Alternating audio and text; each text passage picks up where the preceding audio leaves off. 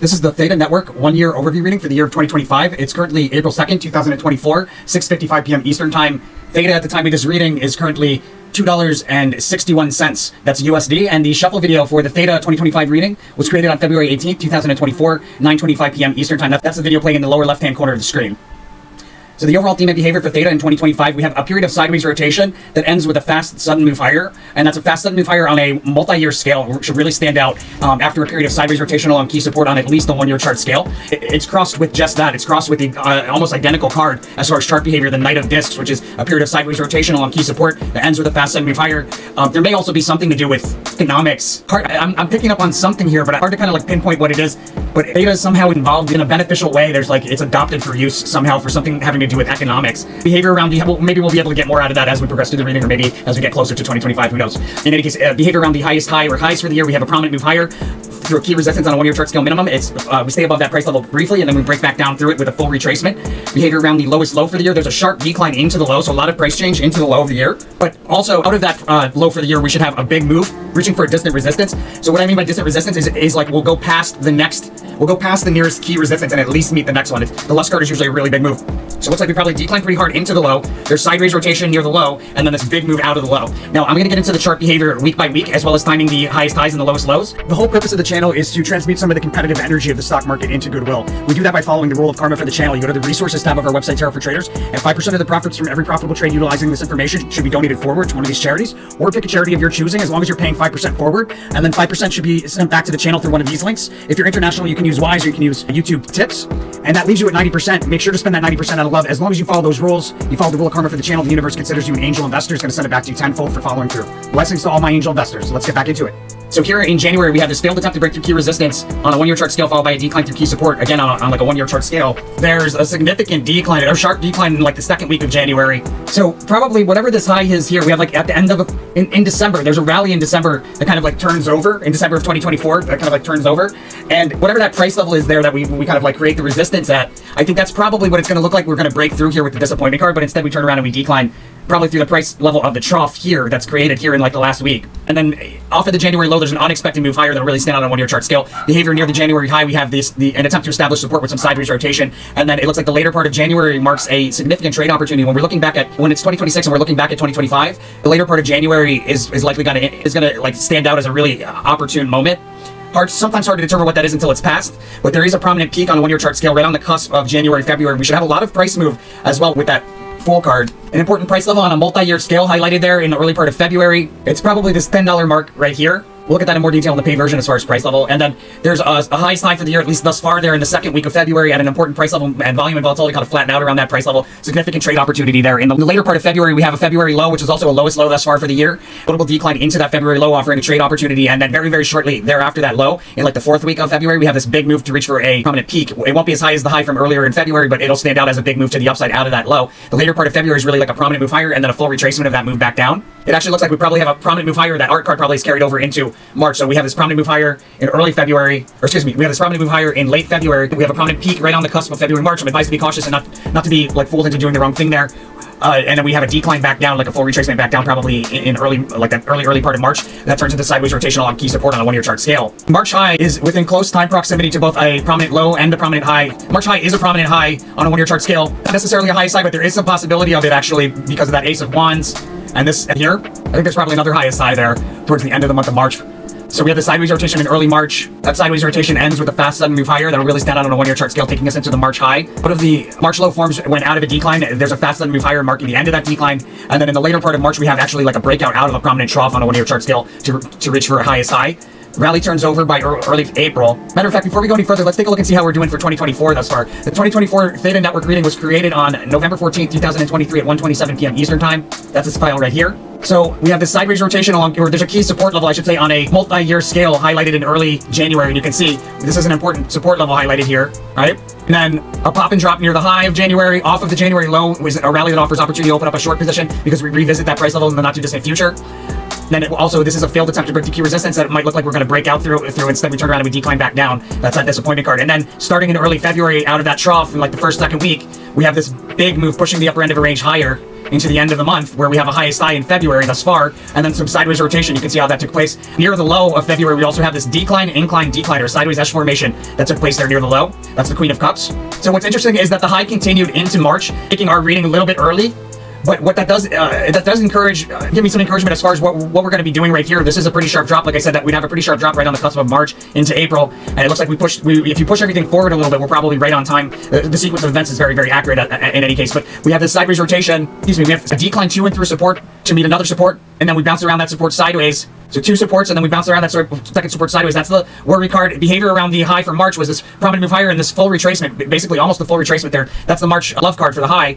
And then right on the edge of March, we have this overbought crest that we sell off from, notably with a sharp drop. Also the March low formed in like the second, third week with this decline off of a prominent peak. I mean, that's exactly what happened. So this is really, really solid. So with that said, guys, I would be utilizing this opportunity here in the midst of this decline to open up a long position in anticipation of that high there in April. But I would verify that by looking at the April reading, which I'm not going to get into, but if you watch the April reading, just double check.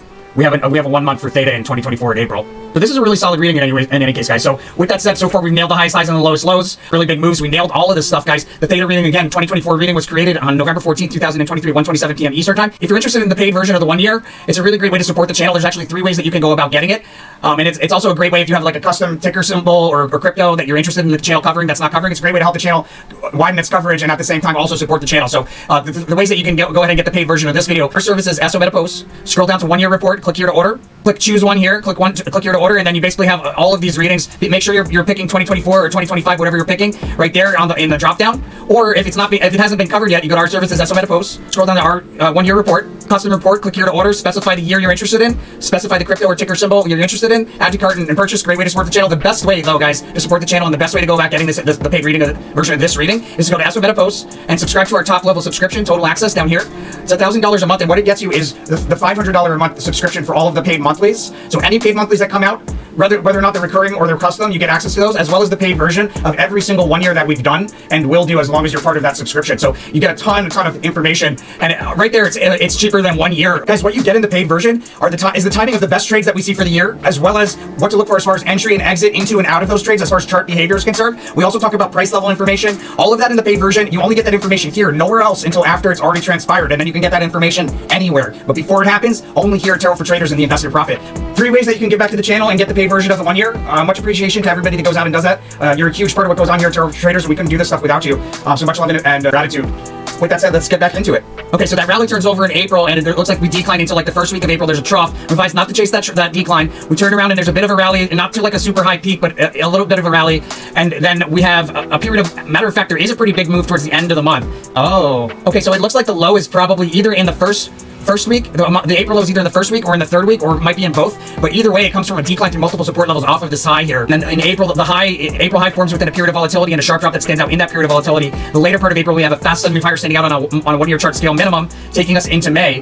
In early May, we have 3 crisscrosses back and forth to the same price level. First to the upside, then to the downside, then back to the upside. Usually that second time to the upside, I should say, confirms a bullish trend. And we have this rally along a diagonal trend line, breaking through horizontal resistance and meet another resistance before pulling back to create the May high.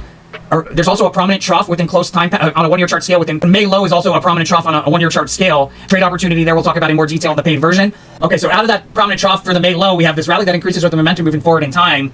And there's a big move to the upside. So the later part of May seems to be a decline to and through support to meet another support, and then bounce along that support for a bit before breaking down through multiple supports. However, I think that might actually take place after this fast sudden move higher, almost like a breakout at the end of May. After that, there's probably a pretty big decline because we have this unicursal hexagram kind of energy for a decline here. So this big move higher, and then a sharp decline into a June low, which is another prominent trough on a 1 year chart scale. It's also within close time proximity to a prominent peak, or possibly even a 1 year high. We have a highest high again here in early June. So like we rallied pretty hard out of the June low. June high, it's probably the same high that in June, that it's probably the same price level that we saw in February, but I'll talk about that in more detail in the paid version. We'll determine if that's the case. In the later part of June, we have sideways S formation within a channel, so we decline from resistance to support, reverse go all the way back to resistance, reverse go all the way back to support. Usually it's horizontal, sometimes at an angle. That's somehow involved in this highest high here. But then again, we're declining pretty notably from unicursal hexagram energies off of that highest high. I'm advised to be cautious in the early part of July. Something to point out is that the low in June will revisit that price level in the not too distant future based on this rally out of it, offering opportunity to open up a short position. So it looks like we have the sharp drop again in early July off of the high, and we have sideways solidity near the July low, equal amounts of bulls and bear inflow and outflow. So you usually see like this kind of behavior overall sideways. The later part of July, however, we have a near overbought crest or peak that we saw off from through multiple support levels. In the early part of August, sideways rotation along key support and a sharp drop that stands out in that period of sideways rotation. Usually that queen of discs is usually we're revisiting a support level that was recently a past opportunity there. And we have a lowest low here in August. Yeah, we bump and near the August low, which forms from another sharp drop into the August low. It might be that it's on the cusp of July, August, hard to say, but there's a lowest low in there and it forms after a sharp drop, and then behavior around that lowest low. We should have bumping along resistance. There's multiple failed attempts to break through key resistance in the later part of August, and the August high forms when out of a decline we have a big move from the bottom of a range all the way to the top of a range. So my sense is that we probably see the August high after the August low. The August high might even be like the end of a rally that actually continues into September. In September, we have a sideways rotation and a big move higher, followed by more sideways rotation. There's a failed attempt to break through key resistance at a highest high there near the second week of September, followed by a decline through key support. Sideways rotation along key support near the September low. We rise to meet the nearest resistance and then fall back down and continue rotating sideways along key support. And that probably means that we see the September low twice. The later part of September, we have a rally along a diagonal trend line that ends with a fast sudden move higher. Actually, the fast sudden move higher probably takes us into that high in the second week, and then we have like this decline through that diagonal trend line with increasing volatility on the way down as we exit like into the later part of September, and then as we exit into October. Right on the cusp there should be a pretty big move to the downside. The October low, about midway through the month, it appears, forms when we have a rally that increases with momentum moving forward into the October low. There's also a resistance level in early October that's highlighted. We decline from it, and then we revisit it in the not too distant future, offer an opportunity to trade both directions, utilizing it as entry and exit, and I'll explain it in more detail in the paid version, but it's likely that we have another highest high there in the second week, so we might have a significant low, maybe not quite a lowest low, but a really significant low. Actually, it's probably close to a lowest low there in like the second or third week of October, and also possibly a highest high in the second or third week of October, followed by another high as later at around the same price level as the first one in the like fourth week of October. It'll be at a resistance level that we failed to break through many times before, which leads me to believe it's going to be the same highs as we've seen recently, previously, or at least in September. There's a trade opportunity there, and then in the early part of November, we have a overbought peak or crest that we sell off from through multiple support levels into a low in like this third week, probably the third week of November, and that'll be our lowest low period for the year. If that decline, though, there's an unexpected move higher, or I should say, even in the face of seemingly overwhelming headwinds or chart behavior that makes it look like we're going to go even lower, there's this big move to the upside. This is actually where I think we really see this huge move, guys. Right, like the adjustment card appears pretty prominently here as a trade card. I'm going to talk about it in more detail in the paid version, but there's probably a really big move here at the end of the year. The November high forms in probably the third week of November, where we rally into key resistance and then we break down consecutively lower specs up on the way down.